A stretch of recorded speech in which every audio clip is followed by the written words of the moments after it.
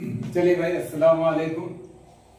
देखते हैं जरा सा आज का क्लास। बहुत इंपॉर्टेंट क्लास है और मैं बारहा आप लोगों से गुजारिश करता हूं कि कमेंट करके ज़रूर आंसर किया कीजिए, ताकि आपको अपने तैयारी के बारे में समझ में आए कि आपकी तैयारी कैसी चल रही है।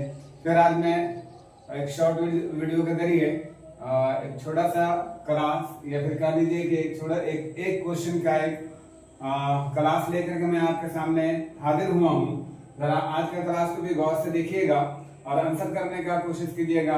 अगर वीडियो अच्छा लगता है तो ज्यादा से ज्यादा लाइक कीजिएगा, चैनल को सब्सक्राइब कीजिएगा और कोशिश ये कीजिएगा कि आपके साथ और भी साथी जुड़ जाएं इस क्लास से। देखिए आज का क्वेश्चन देखते हैं हम लोग जल्दी से।